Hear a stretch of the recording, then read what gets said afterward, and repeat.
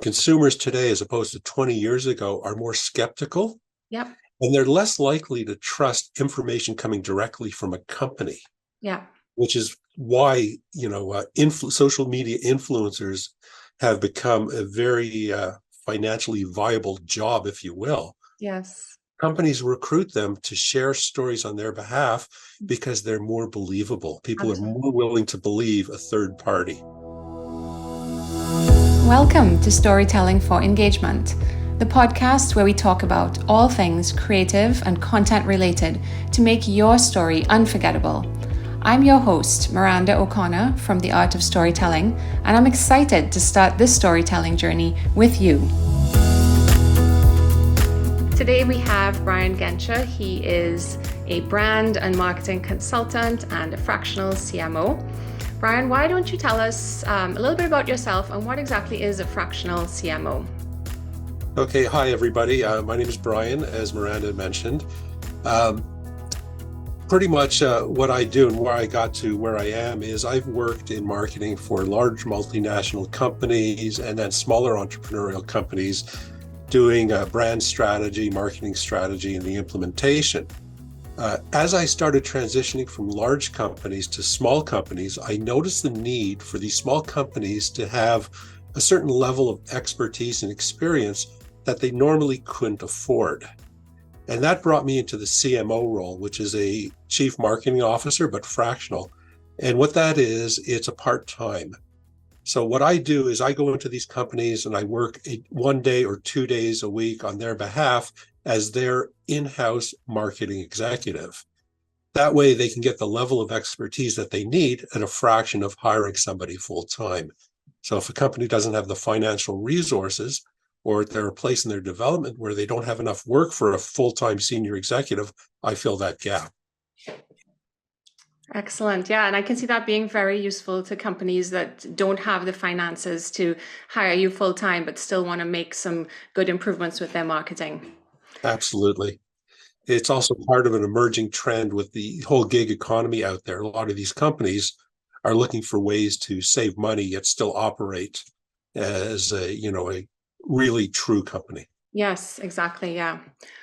So this is a storytelling type podcast. And so the first question is, why is storytelling important for companies? Why do you think so?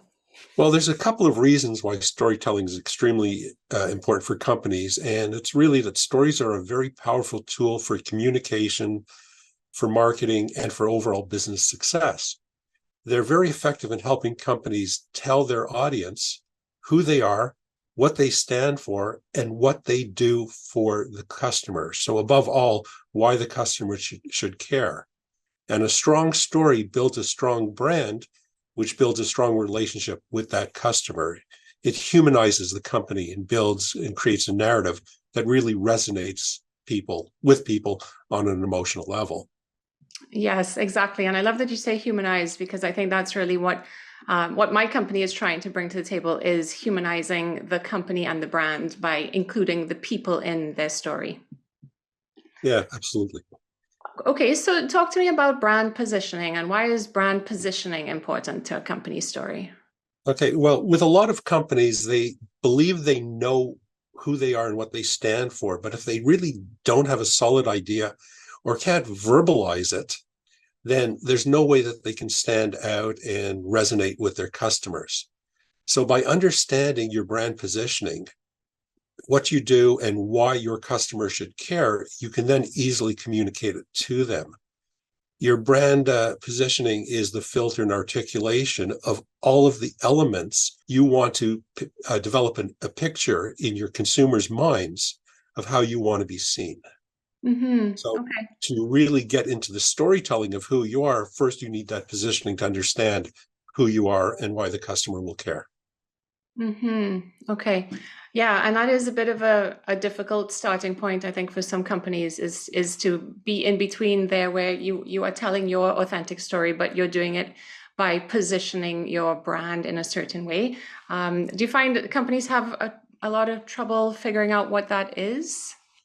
Absolutely. Every company that I've worked with, from small entrepreneurial one-man shops to large multinationals, when they wrestle or struggle with their brand positioning, They really can't communicate internally or externally why somebody would want to do business with them. So it really is the fundamental starting point of all strategy and the biggest hurdle that most companies face in their development.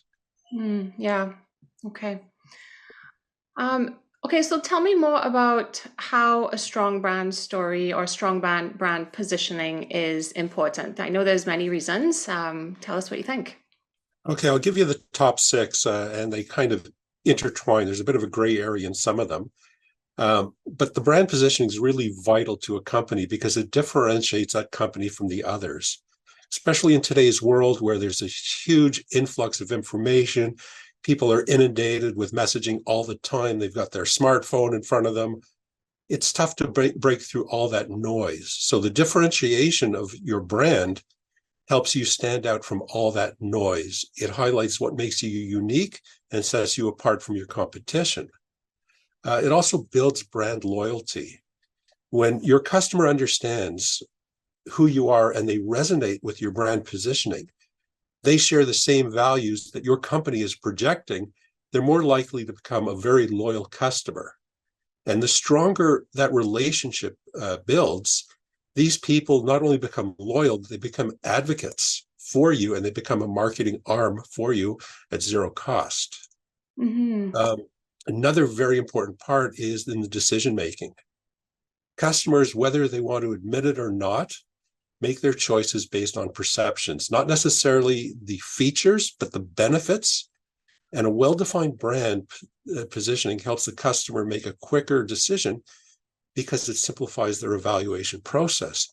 It gives them a reason to choose one brand over another because they know what they're going to be getting.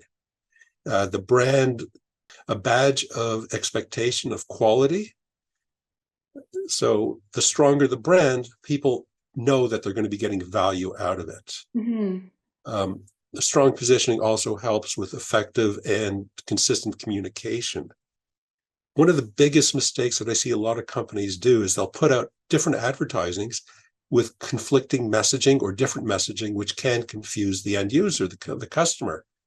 So Right. if you use your brand positioning as a focus point for all of that communication, you ensure that all of your messaging is consistent. It adds clarity as opposed to confusion. If you think about every time you talk to a customer, a consumer, or every interaction anybody in your company has with those people, there's an opportunity to confuse or clarify. And as I said, the brand positioning is that focal point. Right. And I know you have more points, but is the brand positioning something that all of the employees in the company need to understand and really buy into? It needs to be embedded into the culture of the company, or are we just talking about like the tactical things here, like the words that they use? Oh, no, it has to live within the organization.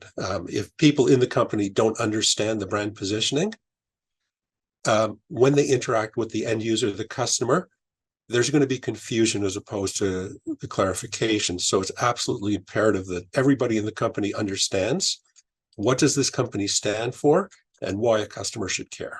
Mm-hmm. Okay. Okay. Yeah. Did you have some more points to Yeah. tell us? Also, as people's brand perception in the consumer's mind increases in the positive, there's a value that goes with it. There's the security, knowing I'm going to get the right product for my need. I know I'm going to get quality. I know I'm going to get the best service. So there's a price attached to that, and people are willing to pay more when they know what they're going to be getting. And ultimately, with that higher value, because of the brand positioning that it builds, there's long-term success of the company, both financially, but also on a HR level. A lot of people don't think about this, but I want to sell my product. And if people really resonate and respect my brand, they want to buy it. But the other side for an HR perspective is if people know what my company is all about, they share the same values and they want to be part of that, I'm going to be an employer of choice. People are going to come and work with me. So I attract the best people and I retain them. Yeah, absolutely. Yeah. And I do see that with some of our bigger clients, you know, they want to tell their story, not just to keep selling their product or service, but to be able to attract and retain the best employees that have the same values and want to be part of the mission that they are on. Yeah, absolutely. And it comes back to that human element of the emotional connection. Hmm. Yeah. Did you have any other points to add to that, Brian? Well, I could go on forever on that, but those really are the key points. Ultimately, a strong brand creates a strong emotional connection, builds brand loyalty, builds high value, demands a premium price. There was actually a study done by Forbes magazine of the top 100 companies on the US stock exchange. And pretty much what it found is of those companies, 80% of their value was their brand. Mm, So these were companies that people wanted to be part of or wanted to buy from right. because of that positioning. Hmm. Okay. And do you have any like success stories that you want to share about a company that you've really helped and have made some big impact with? I could talk about several, but I'll go back to one of my last corporate roles. I think most people are familiar with Crown Royal, the Canadian whiskey. When I inherited that portfolio, it had been seeing a decade of decline in terms of volume and market share. The brand positioning had gotten lost over time. It was the perceptions that were built in the consumer mind was it's now the good stuff. I'm going to pull it out on special occasions. Um, it's not for every day, and we needed to break that paradigm. So we rebuilt the brand positioning to make it more about the consumer than about the whiskey. So Okay. we pretty much followed the L'Oreal tagline, "You're worth it," and Right. we built a whole new brand positioning around the person being the high value and deserving the respect and the Mm, recognition of his peers, but in a very humble, social, authentic way. hmm. So now Crown Royal became a badge, a reflection of the person who was sharing his expertise, his advice, his generosity with. So it really changed the whole paradigm. And after that launch, we saw Crown Royal start to regain volume growth and saw its first share gains in almost a decade. Wow. And so what did that rebrand look like? Like what did you have to do with the, strategic and tactical? What did it look like to consumers? Well, it comes back to, or it starts with the consumer and how a consumer is influencing your brand. And as I said earlier, it's the perception that your customers have, and you want the perception to be very positive. So we went back to the consumers of Crown Royal. We did research and we pretty much asked them, what does it mean to you? We built what is called the brand essence wheel, which was a summary of all of these perceptions out there. And we looked at them and we looked at which perceptions would be limiting to the growth of the brand, which perceptions we could leverage to drive growth. We then looked at the needs and wants and motivations of our audience, and we found the sweet spot. We found an insight behind it that was men wanted to be seen as authentic, the go-to guy, the linchpin of their social circle. And Hmm. we then built the brand positioning around that with how Crown Royal highlights those personality um, traits and aspects in that person. Hmm. So it really started with the consumer understanding their needs, their wants, and their motivations. And then we dug into the psychology behind the behavior. And we married all that together to come up with a positioning that resonated with them on that stronger emotional level. The Hmm. brand was no longer the good stuff. It was, I'm the good stuff. And this brand is the badge that projects that for me. Right. Okay. And how was that actually communicated to the consumers? Like, was it at the point of sale? Like, at what point did you want them to change their perception of the brand? Well, we went through a full omni-channel communication. All of the messaging, whether it was on shelf at the LCBO or other liquor stores, radio, billboards, website, it was a whole new campaign, which was called Long Live the Noble Spirit. So it was highlighting, reflecting, and recognizing those moments that people see as an everyday part of their life, but it deserves respect. So some of the campaigns were I'll use the out of home, the billboards, for example. We not only married the message to the media, but where the media was. So in Mhm. billboards near hockey rinks, we had messaging that said, long live the chauffeur, the coach, the hockey dad, long live the noble spirit. Mm.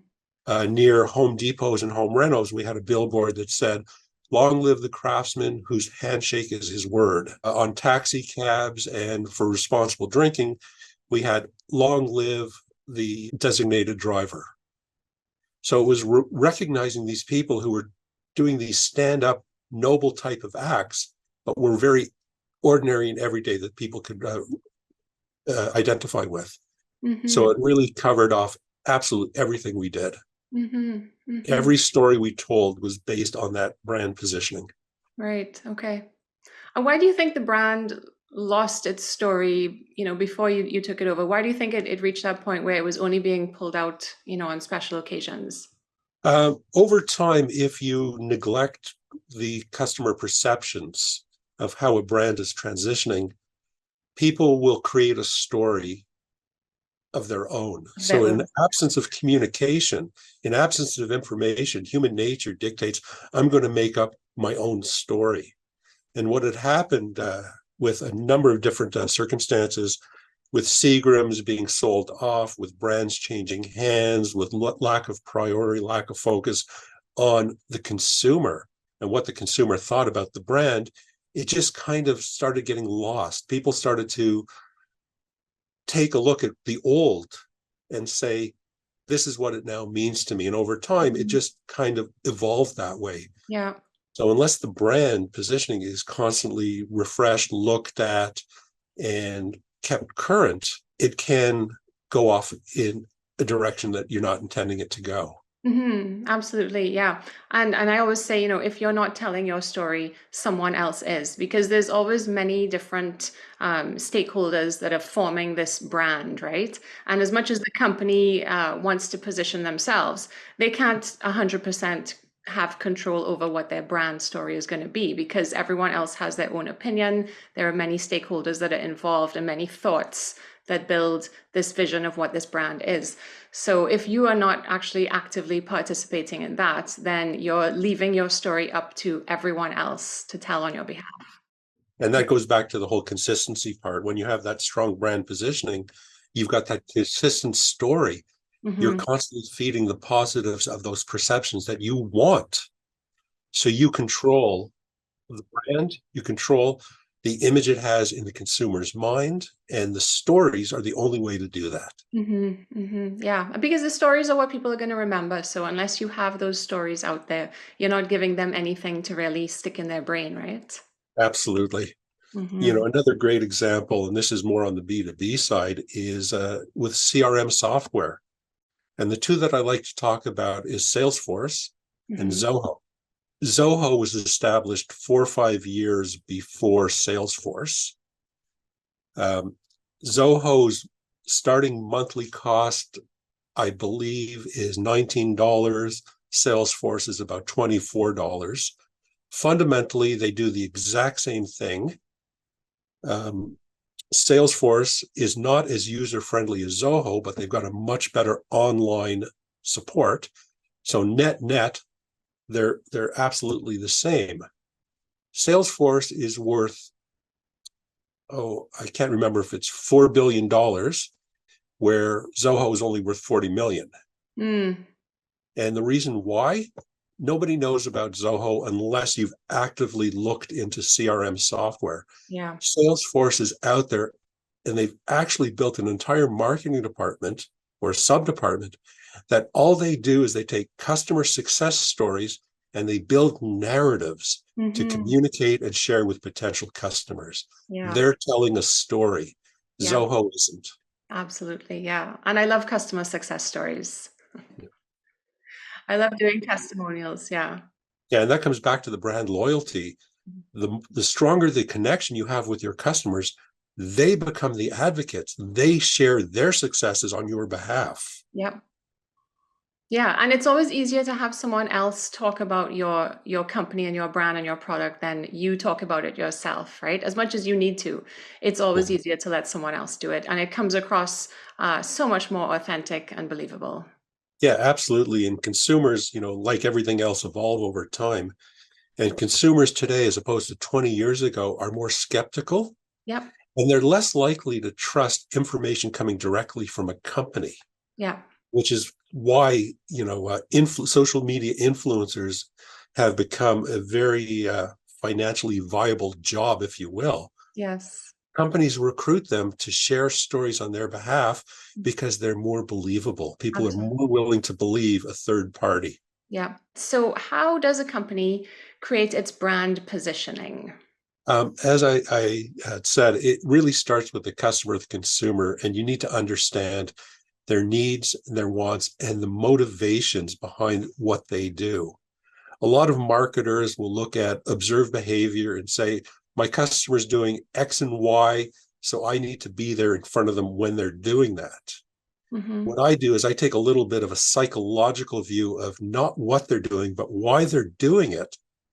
What is the motivation behind that behavior so I can get into their decision cycle before they're standing in front of a shelf? Right.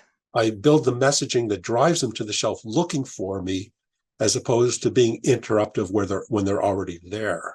Right. But it's not really enough. As I said, also, it's understanding the current perceptions that your company or brand has in the consumer's mind.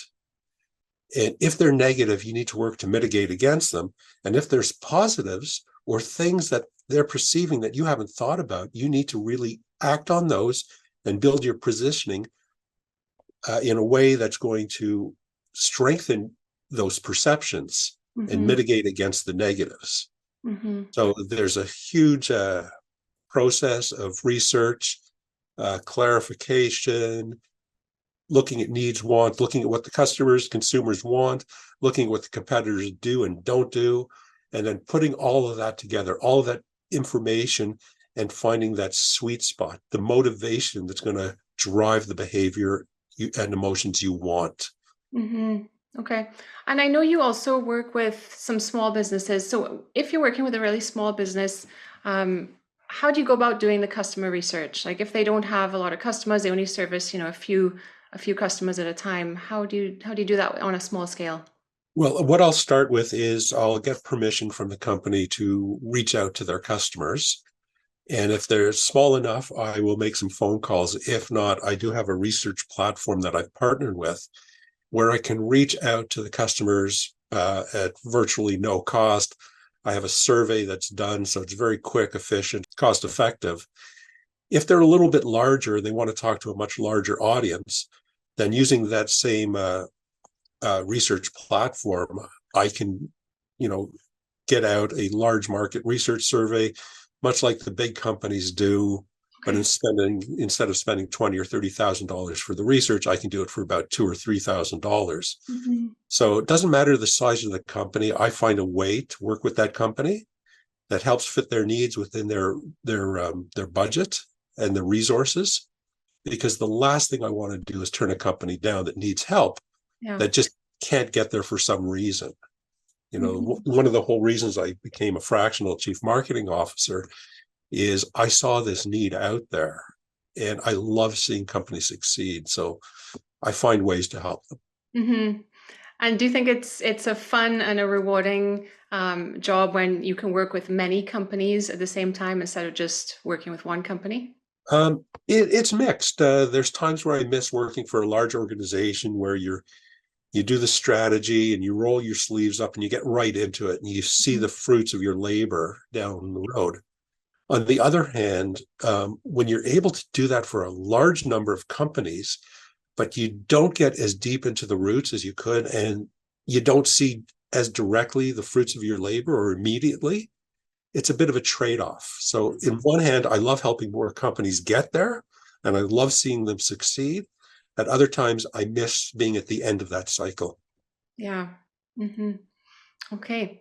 All right. Well, Brian, do you have any last thoughts that you want to share with us? Yeah, just one, and it's understanding your customer helps you spin your story, but understanding your customer goes beyond developing your story. It's how you tell it and where you tell it. So you can tell your story to somebody, but if they're not willing to listen to it or they're preoccupied with something else, your story is going to land flat. Hmm. So by digging deep into your customer understanding, who they are, where they get their media, what are their media happens, what's their lifestyle, what tone and personality do they like in their messaging. You can then change your story and tell your story in the way they want to be heard. They want to hear it in the place they want to hear it. Yes, yes, So, absolutely. absolutely everything that any company does needs to be customer or consumer centric for that reason. Mm-hmm. Mm-hmm. Yeah, I mean, it comes down to knowing your market and knowing your customers is the first thing Yeah, you need to do. Yeah. absolutely. And people may say, oh, yeah, that's marketing 101. And it absolutely is. But when people actually get to doing it, they Mm-hmm. forget it, or they don't know how to get there. Mm-hmm. Yeah. Well, Brian, this has been extremely enlightening. Thank you so much for being here and talking with us today. The pleasure was mine. Thank you. And that concludes another episode of Storytelling for Engagement. If you found value in today's episode, don't forget to like and share, and visit our website at theartofstorytelling.com to learn more about video storytelling content.